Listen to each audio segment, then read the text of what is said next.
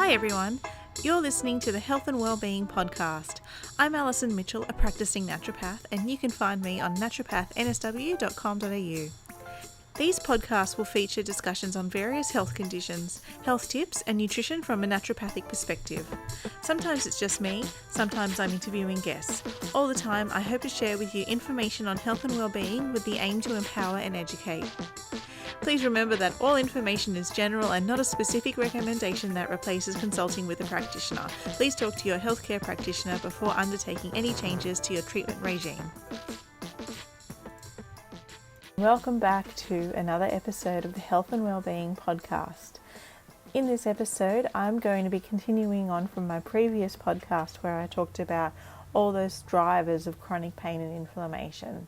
We talked about things like how hormonal health, gut health, how issues with our environment and our chemical load can have a big impact, as well as the mind can have a big impact on chronic pain. And now today, what I want to do is talk about how we actually go about treating pain from a holistic perspective. So to start, I want to talk about what our aims should be when we're treating pain. Firstly, it's important to look at reducing that pain directly. So to do this, we need to figure out, is it a neurological type of pain? Because if it is, that requires its own type of treatment. And then we also want to have a look at the inflammatory pathways that are affected. With herbal medicine, all of our herbs can actually act on different inflammatory pathways. This means that the immune system is doing different things to actually create that inflammation.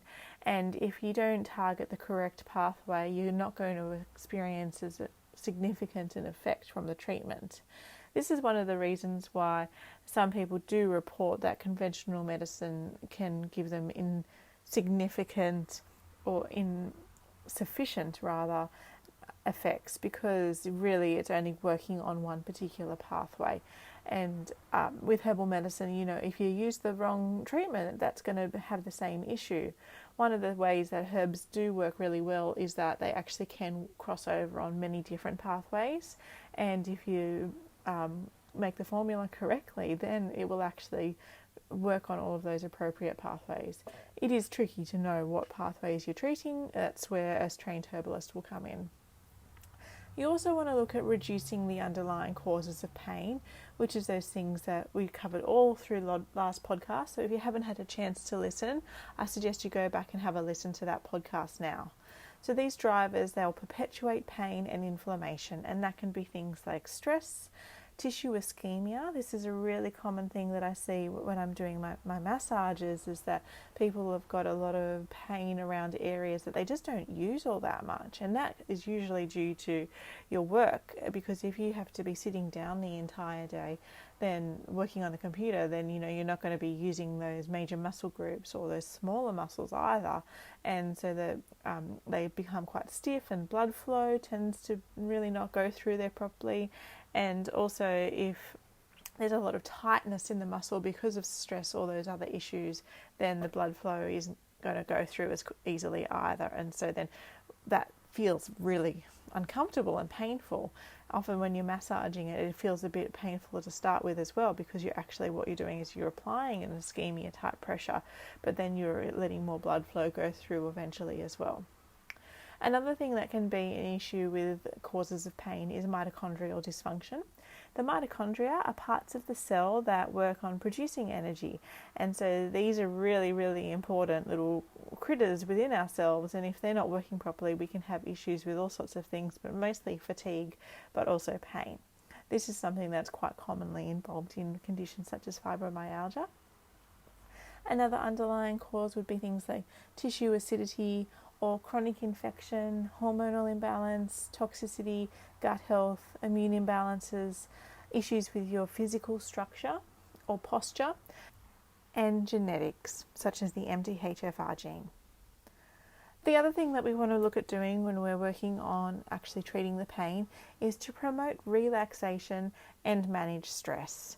So this is probably a little bit more complicated than it seems, but one of the best things that you can actually do is look at sources of stress that you can actually do something about in your life, as well as doing things that will actually relax you. You know, that's going to be different for everyone, but it might be incorporating mindfulness and meditation, or it might be just doing more things that are fun and enjoyable, taking time for you. It's also really important to increase the movement of energy throughout the body. Now, you can take this on a few different levels. I mostly mean by actually exercising and doing other sorts of physical therapies, so you're actually getting that energy flowing. And the physical therapies could be whatever you feel that you resonate the best with, such as massage or osteopathy or chiropractor or physiotherapy or reflexology.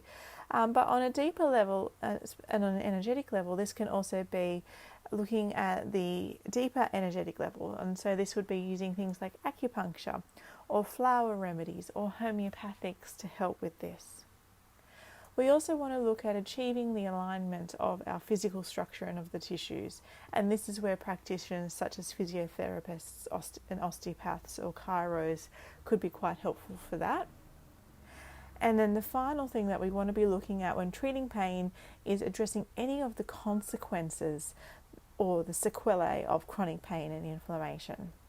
This can be, to name the most common ones, depression, cardiovascular disease, osteoporosis, diabetes, as well as dealing with the side effects of the medications, which we talked in more detail about in the previous podcast. Overall, the treatment needs to be focused on improving the quality of life. Many practitioners now are using a quality of life scale to gauge their success rates, and keeping a pain diary is actually an excellent way for you to monitor your progress. It helps you to do things like keep track of your mood and how well you are able to perform your daily tasks, and that's really important in the reflection of the treatment of the pain and how that impacts on your quality of life. And in this same diary, you can record things like the activities that you've done, the food that you've eaten or the groups of food, how much you've slept and how good that was. And you can see if there's anything that makes your pain levels better or worse, like if there's a particular person or a particular activity like shopping or a particular food that makes that pain worse. It can also tell you if the pain is related to, for instance, your hormonal cycle, because hopefully if you're a female and you're menstruating, you'll be recording your period time as well. Or perhaps whether it reflects the life cycle of an infection.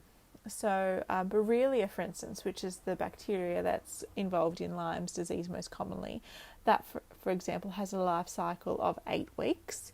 And patients whose pain follows this pattern, you might need treatment for Lyme's disease. So I just wanted to go into detail and share with you some of the different methods of treatment that I have found to be really helpful when I'm treating people with chronic pain.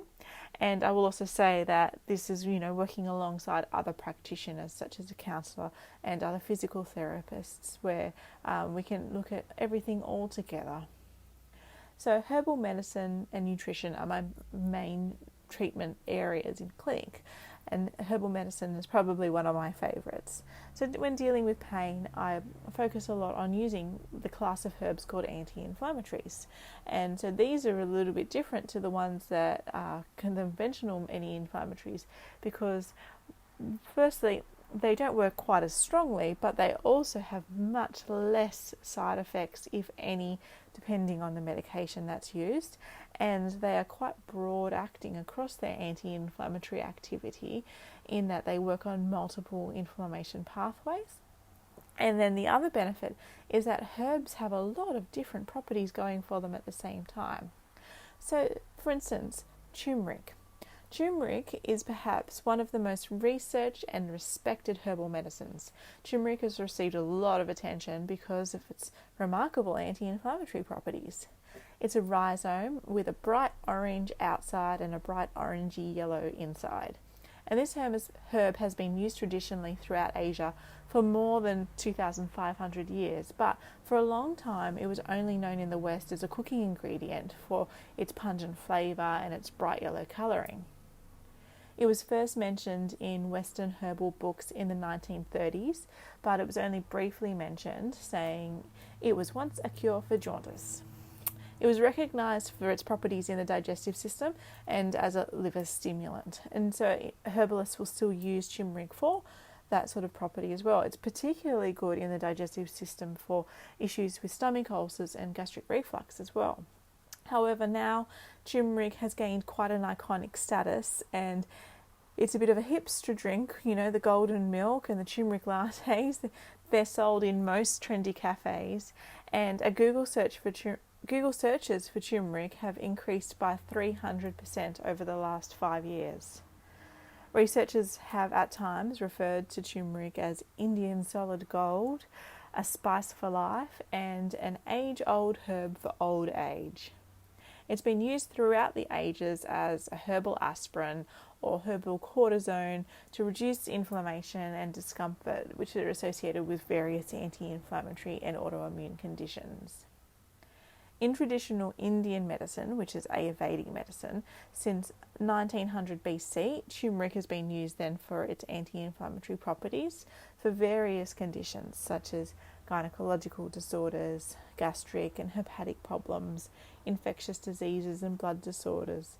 And the juice of the fresh rhizome is used as well in parasitic skin infections, and in chickenpox, a coat of turmeric is applied to facilitate the process of scabbing and then healing. In traditional Chinese medicine, they use turmeric very similarly, and there are records of its recommendation to be taken by pregnant women in the last 2 to 3 weeks before labour to simplify the birth and also to improve the health of mother and child. Turmeric contains the chemical curcumin, and this has been studied in isolation in lots and lots of studies. It's found to have specific benefits in osteoarthritis. It protects the cells of the bones via antioxidant action and inhibits an inflammatory response in the joints and the bones. So all around, it's an amazing herb, and it works really wonderfully as an anti-inflammatory. And you can use it as an extract or most commonly as a tablet or in your cooking. And when it comes to using it in your cooking, you can use it fresh, such as the fresh rhizome that you can grate, or you can use the spice powder as well. And this is the one that's the most easy to come by. I actually find that everyone seems to respond to it a little bit differently, so you have to play around with how you best respond to it. You might find that you need a combination of both the fresh and the powdered, or you might find that you're better off with just the powdered or just the fresh, or you may need a bit in your diet as well as taking a supplement. I usually find that, that it is said that it works best when it's heated with some oil and some black pepper to get it into the cells. However, it doesn't seem to have that much more dramatic an effect. That's the traditional use. However, whatever you can do to get it into the system, you're going to get some benefit from that. So the other herb that I wanted to go into next is ginger. This beautiful herb, it's really widely available. You can use it for nausea and digestive complaints, but it's also great for inflammation. It has anti-inflammatory and analgesic properties, which means that it actually helps to directly reduce pain. And it also has properties which reduce the buildup of the urate-induced crystal formation of gout, making regular consumption of ginger a good idea for those at risk of gout. So you can have ginger in your cooking as a tea, as an extract or a tablet, and you can also use it topically. You can make a poultice by soaking some cloth in an infusion made from grated ginger and hot water, or you can make a compress by wrapping some grated ginger in a thin cloth like a chuck swipe or muslin, and then actually applying that to the affected area, and then wrapping that up in some Glad wrap. And you can apply some extra heat if you want to, but there is quite a lot of heat in ginger anyway, so that will be quite good for you. So you can use it for all sorts of different types of pain, but particularly I do like it for arthritis, but also for period pain. Most people know of ginger for its effect on nausea, and travel sickness, but it's just such a wonderful anti-inflammatory herb. So consider it if you do experience inflammation as well, particularly adding it into your diet as much as you can. Another one of my favourite herbs for inflammation is boswellia. This is probably my favourite, second perhaps to turmeric. As herbalists, we use the resin of the herb, and it has anti-inflammatory, anti-arthritic, and analgesic activities. And the oil from this herb is known as frankincense. It works on both the what's called the COX and LOX pathways, that's COX and LOX, and also different other cytokine pathways, as well as multiple anti-inflammatory chemicals. So that's one of the things that makes it so wonderful. It's been studied in arthritis in humans, and it showed a good reduction in pain scores and mobility as well, or improving mobility. In some people, it's been shown to be helpful after as early as 7 days. However, in these people, when they were studied, no radiological changes were noted. It just helped with their report of pain. It has also been helpful for the treatment of inflammatory bowel disease, which is something that I use it for quite a lot. And by reducing inflammation in the gut, it can also help to reduce systemic or overall inflammation. Because the herb is a resin, it's best to take it as a tablet, and to any herbalist listening, you probably know that it doesn't mix well in a liquid with other herbs. Devil's Claw is another wonderful anti-inflammatory herb. This looks like a gnarled arthritic hand. It's been studied in arthritis of the spine, of the knee and the hip, as well as in lower back pain. There was one particular study where they used a water extract, and 60% of those who participated had approximately 80% reduction of pain after 2 to 3 months. Now that's pretty exciting for a herbal medicine when we're looking at pain reduction. This herb has been showing both anti-inflammatory and analgesic, pain relieving effects, and it has also got a really strong bitter property. And this allows it to stimulate the digestive system, and it can be quite helpful for those who experience a lowered appetite. But for those who have a very overactive or very, very overly acidic digestive system, this needs to be combined with other herbs to balance those effects out. So you may have heard of that aspirin was originally derived from a plant. Well, this plant is white willow. And the chemical within the plant is actually not as irritating as the gut until it's actually formed into aspirin itself.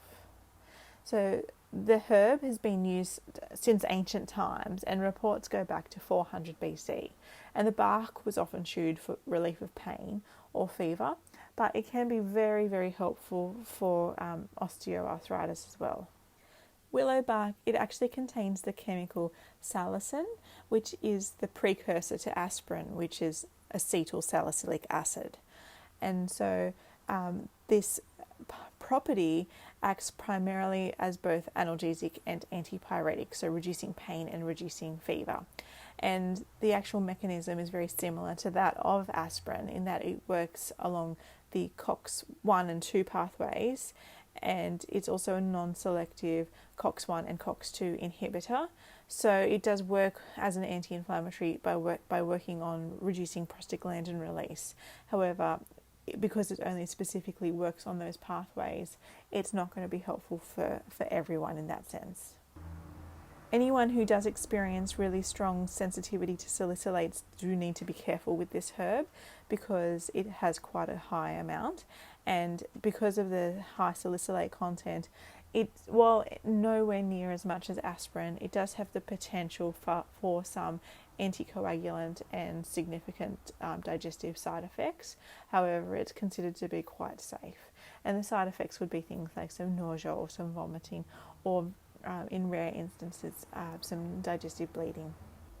Celery seed is another awesome herb that works on anti-inflammatory pathways, and you might actually find that you have this herb readily available in your spice cupboard.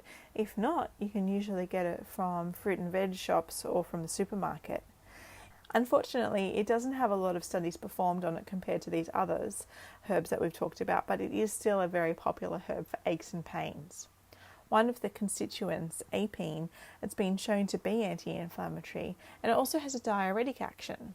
So this makes it quite good for arthritis and gout and to any other form of inflammation that has a bit of a toxic component to it. It can be taken as an extract or a tablet, or you can use it in your cooking or as a tea. Another herb you probably have lying around in your kitchen is chili. And this fantastic herb works as an anti-inflammatory and it increases circulation, and it's also very helpful as this allows a flow of nutrients to go to the areas of the body that need it. Chili contains a chemical called capsaicin, and this works on a pain chemical within our nerves called substance P. And by depleting this chemical, the nerves can no longer send that message to the brain that we are actually in pain. So we can actually make use of this effect by applying chili topically in a cream or a poultice to areas that are sore, such as the knee. And so if we apply it every 8 hours, it can be very helpful to reduce pain, improve circulation, and improve inflammation. You do have to be careful with it that you're not applying it on freshly shaved skin or anywhere that there's a nick or a graze, because then it can be a little bit irritating and burning. And some people do find that they can only keep a poultice or a compress on for so long. However, creams which do have a lot more of a thick base to it can usually be tolerated a bit better. You just want to always start small for the first time that you're ever using topical chili. And the other thing is that you do have to be really, really careful not to get it in your eyes. So you'll wash your hands really, really well afterwards. Now, those are the main anti-inflammatory herbs I wanted to talk about. But herbal analgesics are also really helpful, because while they don't reduce inflammation, they can help to reduce pain levels, and they can also be really beneficial in the treatment of nerve pain or pain that's due to nervous tension and spasm. For instance, one of the herbs that I particularly love, Corydalis, that has a sedative effect as well as an analgesic effect. Californian poppy, for instance, also has a mild sedative and an analgesic effect. So one of the analgesic herbs which also has some anti-inflammatory properties is Jamaican dogwood. And this can be really helpful for people who experience migraines, nerve pain, muscle spasm, as well as stress. So these herbs are a little bit harder to come by when you're sourcing herbs for yourself, but a herbalist does have access to them. So usually it's something that will be combined in your treatment protocol alongside other anti-inflammatories. It just depends on what is the driver of your pain. If you do have something like nerve pain as the primary cause, then the herbal analgesics may be the primary part of your treatment. So wonderfully, herbal medicine can be so often used at home, and we talked a little bit about how you can use chili or celery or ginger and turmeric, but there are a few other things that you can do at home where you can actually make poultices to help with improving pain in certain areas, to improve circulation, and just to improve the circulation of the nutrients in that area too. So a couple of my favourite things that you can use, one is a mustard poultice. And so when you're making this, what you can do is mix about 100 grams of freshly ground mustard seeds with some warm water, talking about 45 degrees Celsius here, and you mix it into a thick paste.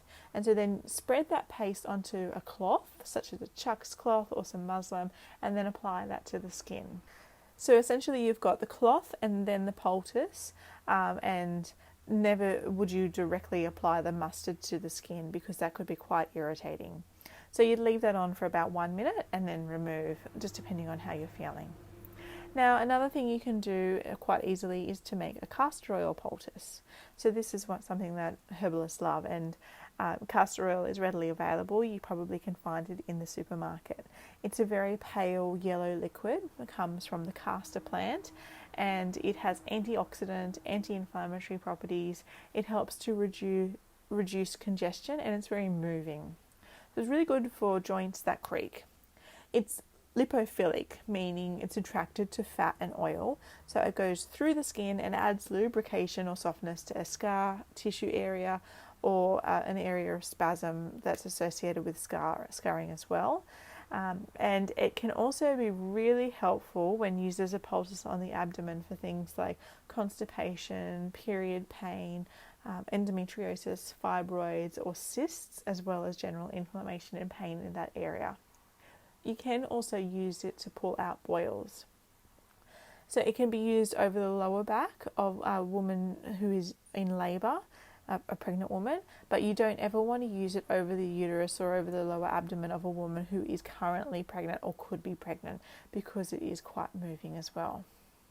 So when you're making a castor oil poultice, you put the castor oil in a pan and you heat it, and don't boil it, but bring it up to quite a nice hot warm temperature that you can put in the skin, and it feels hot but it's tolerable. Then you want to soak a piece of cloth or a face washer or a piece of flannel or something along those lines into the oil until it's saturated, and then you pop that cloth onto the affected area, cover it with a bit of plastic, and then you want to be maybe putting another towel over the top of that, and then a hot water bottle to keep the pack warm. And then you keep that pack there for a minimum of 15 minutes, but up to 1 to 2 hours, or just as required. So for people who experience, uterine fibroids or endometriosis, I usually suggest doing it every day for a few weeks, and then you can start spacing it out. If you're applying it to other areas such as your joints, you might find that you can do it every second day or so. Now, also, we can't get away without talking about essential oils.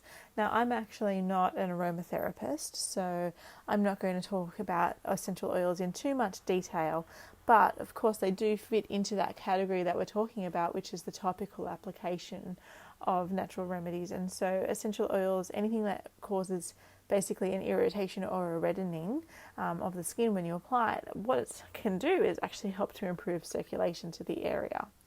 Now, you do have to be careful with that, and I usually suggest diluting the oil in a carrier of some sort, such as apricot kernel oil or avocado oil or sweet almond oil, because you don't want it to be too irritating. But the sorts of oils that you might look at using would be things like anything with menthol, such as peppermint or oil of wintergreen. But you can also get mustard and chili because they have essential oils in them. Those can be quite good in terms of that rubefacient property that we're talking about. So arnica is also considered to be a rubefacient as well as an analgesic, and a lot of people know about that herb. It's commonly used as a homeopathic for bruising and trauma, but the herb can also be applied topically for bruising to help increase the healing speed and also to reduce swelling. You can also use it for arthritis and inflammation pain, and you want to be careful. Any preparations that are made from the whole plant need to only ever be used topically and not consumed. However, the homeopathic, that is safe to consume. Lavender oil is also another one that's quite good to apply topically too, because it helps to relax the muscles, and that goes really nicely with peppermint.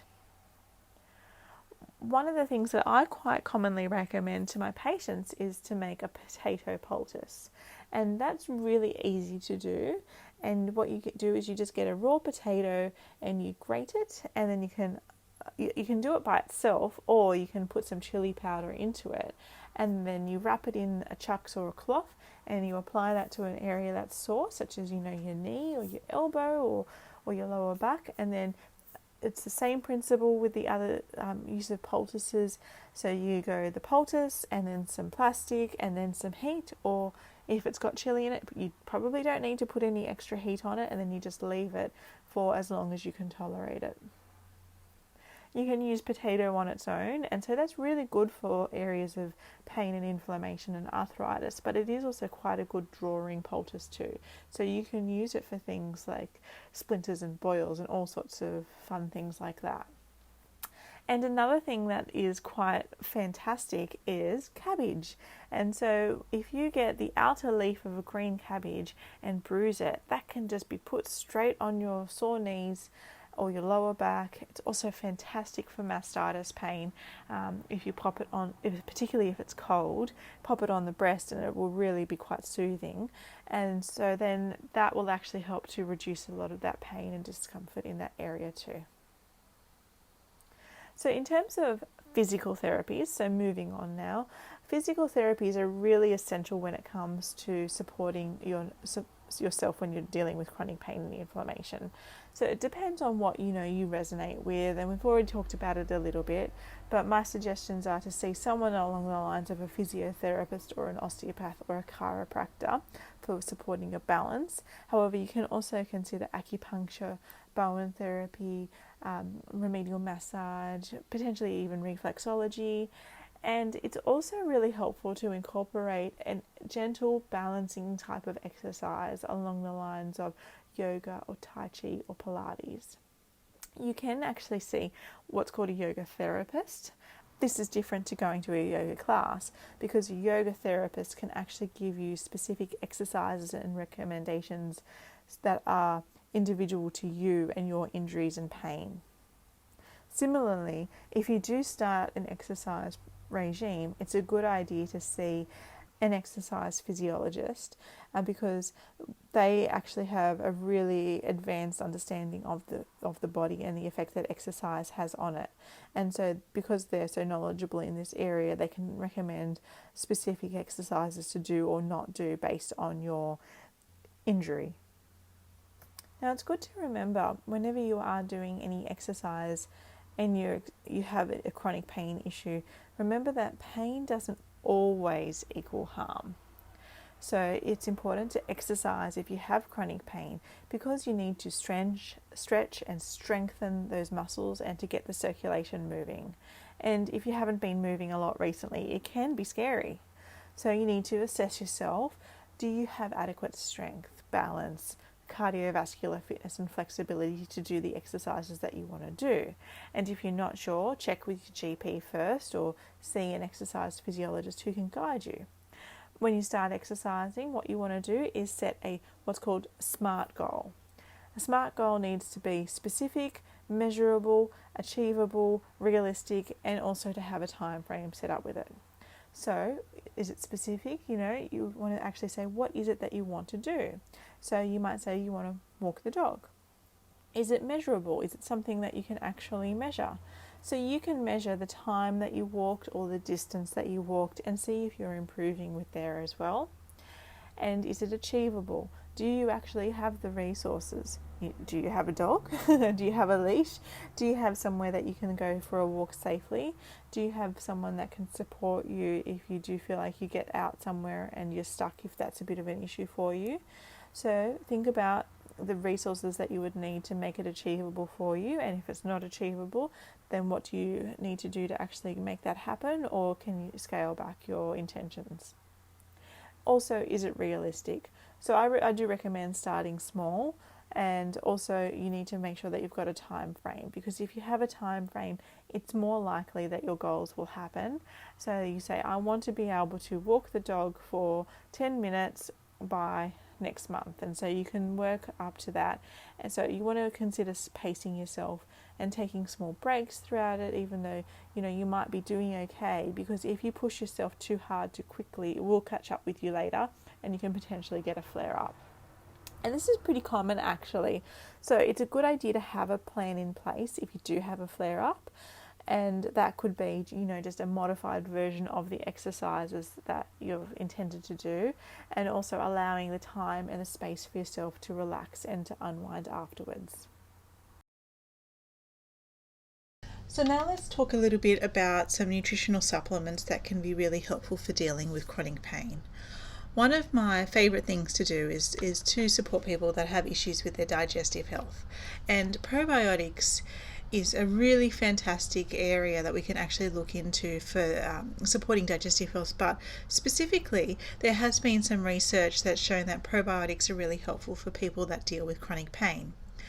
So one of the reasons that probiotics and gut health is important in general when we're dealing with chronic pain is that if we have a condition called leaky gut, the immune system is going to become more reactive, and so we get a release of LPS from the endotoxins in the gut, and then this creates inflammation elsewhere, and it also disrupts the immune system and it makes us more prone to autoimmunity. If our immune system is creating a lot of inflammatory cells, such as inflammatory cytokines, this can interact with our opioid receptors in the sensory neurons, and it has a role in the modulation of hyperalgesia in the inflamed tissues. There has been some research on specific strains of probiotics for pain, and while generally the type of probiotic that you would use would depend on you as a person, or your client, if there is a lot of inflammation, I generally use the strain of probiotic called Lactobacillus rhamnosus 299V. This particular strain of probiotic is helpful for inflammation across the board, but it's also very helpful for inflammation in the digestive system itself.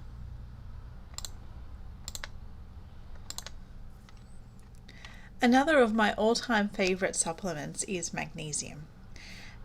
I consider magnesium to be like a soft blanket for all types of pain and inflammation. Now, one of the mechanisms that we see going on in chronic pain is there is an abnormal activation of the receptor, which is stimulatory. It's called the NMDA receptor, and it makes our nerve and our pain cells hyper excitable. Magnesium can help with actually reducing the potentiation of the pain signaling, which antagonizes the overactivity of those receptors. Low levels of magnesium in the body make you more likely to be sensitive to pain, but you can actually use magnesium as a supplement to correct abnormal pain pathways as well.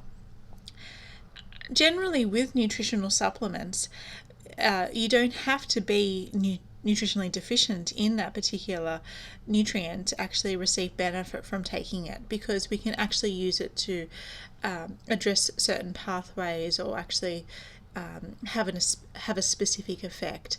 And so with magnesium, it does help with reducing pain signaling. There's been some studies on it as well. So 8 weeks of 300 milligrams per day of magnesium citrate helped people with fibromyalgia, and it was shown to reduce the number of tender points. Intravenous magnesium has also been shown to be helpful, particularly when it's followed by oral magnesium. And this helps to enhance the conventional treatment for lower back pain that has a neuropathic component to it. So, for instance, if you've got back pain that's related to your nerve issues, definitely look into this intravenous magnesium followed by the oral therapy. You may struggle to find a doctor who will be accepting of this type of treatment, but it's certainly an avenue to look into. So consider magnesium if you've got something like neuropathic pain, persistent pain, inflammatory pain, or complex regional pain syndrome, for which you might need some IV magnesium for as well. Also consider it if you've got tension type headaches. So the dose you're looking for is around 400 to 500 milligrams of elemental magnesium daily, and that will just help to relax the muscles and reduce stress. And depending on the type that you use, it can sometimes upset the gut, so the oxide form in particular. So choose a glycinate or citrate or amino acid chelate form instead, which tend to be a lot better tolerated. The magnesium as well, when it's added to anti-inflammatories, seems to make the anti-inflammatories more effective. So for example, magnesium and painkillers like a paracetamol or a natural alternative is turmeric. Together, those seem to work better. Fish oil is another classic. So 2,000 milligrams of fish oil daily has been shown to help to reduce inflammation. And we know that our diet often contains the wrong ratio of omega-3 to 6. And sometimes we're not getting enough omega-3 at all. And while there are a lot of studies that do provide conflicting information on fish oil, from what we can gather, it's not that it's not generally effective, but rather there are some instances where it does work and some where it doesn't. Generally, it will depend on your diet, your genetics, and your other health conditions. One of my other favourite nutrients to use is L-theanine. This is an amino acid and it works on the nervous system and the brain. It's derived from the tea plant, Camellia sinensis, and it makes up about 1 to 3% of the weight of the dry leaf, and it contributes to a lot of the taste of the green tea. What it's actually doing is stimulating the alpha brain waves, similar to those achieved during meditation. One of the main things that it does is reduce anxiety and induces relaxation. And it works within about 30 minutes, and it can also cross that blood-brain barrier. Unlike caffeine, it has a relaxing effect, but like caffeine, it helps you to feel more alert, which is because it stimulates those alpha brain waves, and also it helps to increase the calming neurotransmitter GABA. So it can be helpful for supporting pain pathways because of the way that it relaxes you and reduces that mental side of pain. Now, vitamin D, low levels of vitamin D are common in those people with chronic pain. However, whether it works to treat pain is uncertain, and it may also depend on the type of pain. Muscle and bone pain, for instance, it works quite well for, but nerve pain, it doesn't seem to help as much. We know that vitamin D has a really big role in the immune system, and deficiency of vitamin D can actually worsen autoimmune conditions or potentially make you more prone to infections as well. So you're looking at your blood tests. You want to aim for your vitamin D levels to be around 70 to 120. Another favourite nutrient of mine is MSM, also known as methylsulfonyl-methane. This is an organic form of sulfur, which is a nutrient that's really important for our body's functioning. It's especially important for joint tissue, where it functions in the stabilization of the connective tissue matrix of our cartilage, tendons, and ligaments. So if you choose to supplement with MSM, you want to be taking it about twice a day, as its half-life is 12 hours. In the 1930s, some scientists found that patients with arthritis were actually deficient in sulfur, and its use as a supplement has grown since then. And it's been studied in the treatment of osteo and rheumatoid arthritis, as well as muscle pain and also leaky gut. We know that it helps to repair the lining of the gut, which is important for addressing one of those underlying causes of chronic pain. It lowers inflammation and supports the immune system, and it also helps to repair muscle fibers which are damaged during exercise, reducing muscle pain and spasms. Bonus, it's also good for hair and skin health. Generally, it's well tolerated, and your doses of this would be anywhere from 500 milligrams to 1 gram, 2 to 3 times a day. Proteolytic enzymes are also something that can be quite helpful. Essentially, enzymes are anything that are in our body that causes a reaction to occur. And there are a lot of different types, and a lot that we can make ourselves, and some we get from food. Proteolytic enzymes are a type of enzyme that actually break our protein down into the smaller parts of protein, amino acids. And so these are really helpful for muscle recovery, and they also help the body to respond to inflammation. The 3 main proteolytic enzymes are pepsin, which is made in our gut, bromelain from pineapple, and papain from papaya. These help with digestion, but they can also be helpful for people with pain and inflammation by improving blood flow, improving wound healing, and indirectly by improving digestion, because if the digestive system isn't working properly, you're more prone to inflammation. Coenzyme Q10 or CoQ10 can be helpful for those with pain due to issues with their mitochondria or who are experiencing pain as a side effect of statin medications. It's suggested that all people on statins should actually take CoQ10, but this isn't as widely practiced as it should be. So those are my favourite supplements and nutritional supplements to help people with pain. And so obviously you don't want to look at using all of them at once. You pick and choose based on what's going on for you. But diet has a lot to do with it as well. And we talked a bit about diet in the last episode on pain. But let's talk about, how we can actually eat to reduce inflammation. Because as you know, a lot of people are eating what is referred to as a pro-inflammatory diet. It's also known as the Standard Australian Diet or SAD diet. And this sets you up for a state of increased pain and reduced healing. It's a diet of refined, processed foods, which is low in nutrients and vitality, and this is so common in Australia.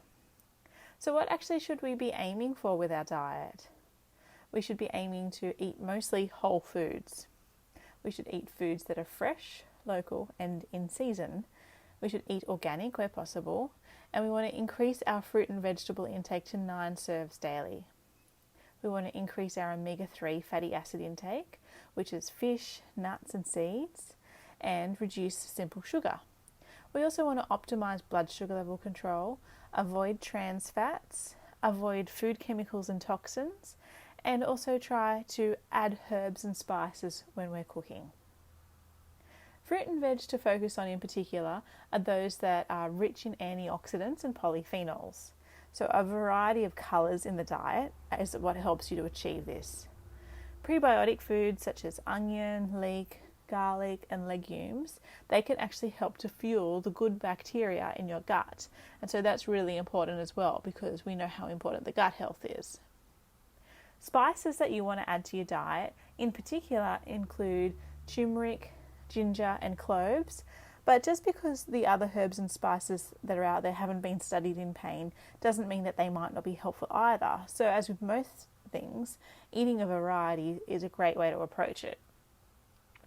Recently, I've been paying attention to some studies on the spice nigella, which is black cumin sometimes referred to, and that's been shown to be really helpful for lowering histamine levels.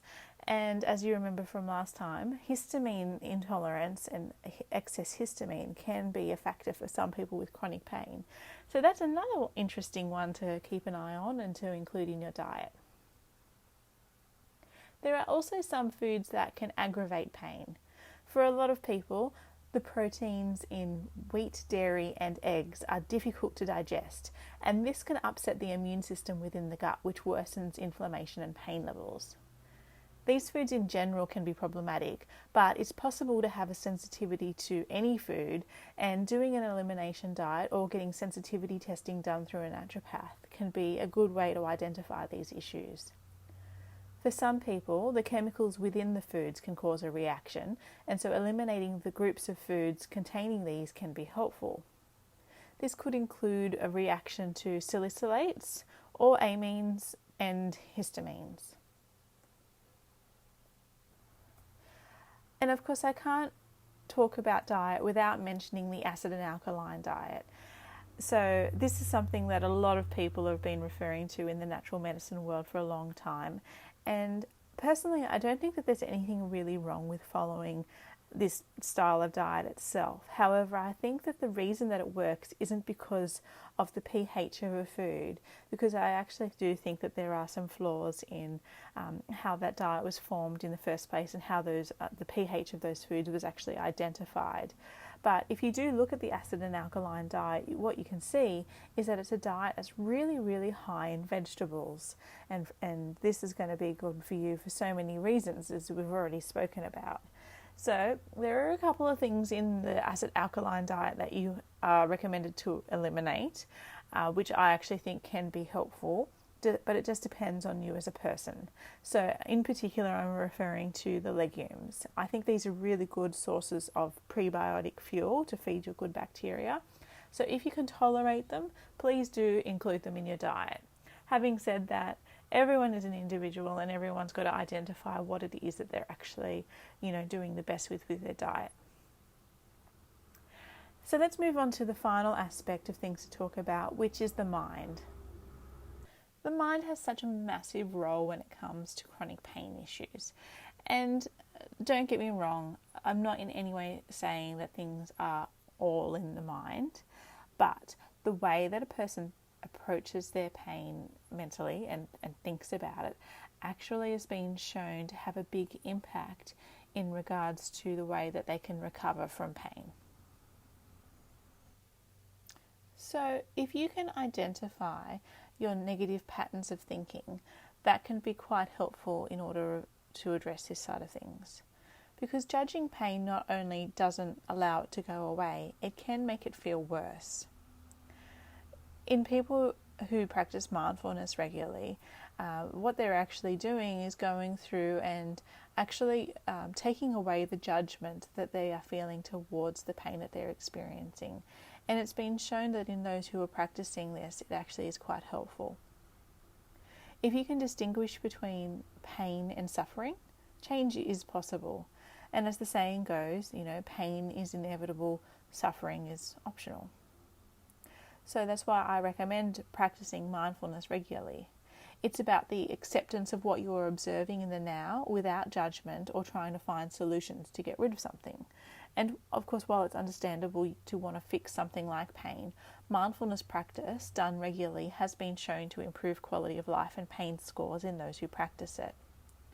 It actually helps to rewire the brain to modify the pain response, which is important as in chronic pain, the pain signaling is chronically amplified. So the chronic pain requires the brain to magnify that pain response. Meditation and mindfulness can help you to untangle the tangled synapses, and it can also reduce inflammation, which is always a bonus. So you can help to rewire the brain with various things. Things like becoming more social has been shown to be helpful, regularly practicing mindfulness, and also regularly doing fun activities.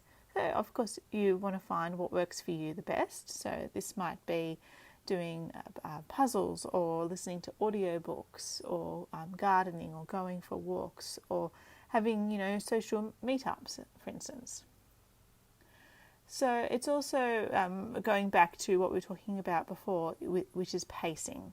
And so when you're regularly practicing any sort of activity, you want to be pacing it out as well. But it's also something that does fit into this discussion about the mind, because you've also got to, understand that you can only go so far. Another thing that I often recommend to people is to keep a diary or a symptom diary. And so you would be looking at actually monitoring your symptoms, but also your emotions for that day. And that can help you to identify not only your progress, but it also helps to identify when you are experiencing a particular emotion, or potentially even when someone or some event makes your condition feel worse. So while that's not always completely avoidable, you may be able to, make some changes in your life where you're actually able to remove those sources or those triggers for your pain. And I guess the final thing to talk about in regards to the mind is that swearing out loud actually really does reduce the severity of acute pain. So, whenever you're in pain and you feel like you want to swear, if you can get away with it, do it, because it'll make you feel better. So thanks again for listening. I'm going to be following this one up with another podcast that's a little bit shorter, but specifically talking about fibromyalgia. So if you've had any sort of benefit from today, or if you'd like to provide some feedback, please let me know. I'd also love it if you can leave me a review on iTunes, preferably 5 stars, because that helps to spread the word of this particular podcast, or you might like to share it on social media. If you have any further topics that you'd like me to cover or anything like that, please also send me an email to get in touch. So you can get hold of me via my website, which is naturopathnsw.com.au, or email me, alison@naturopathnsw.com.au. So I really do hope that this information is helpful for you. Thanks for listening and take care of yourself. Bye.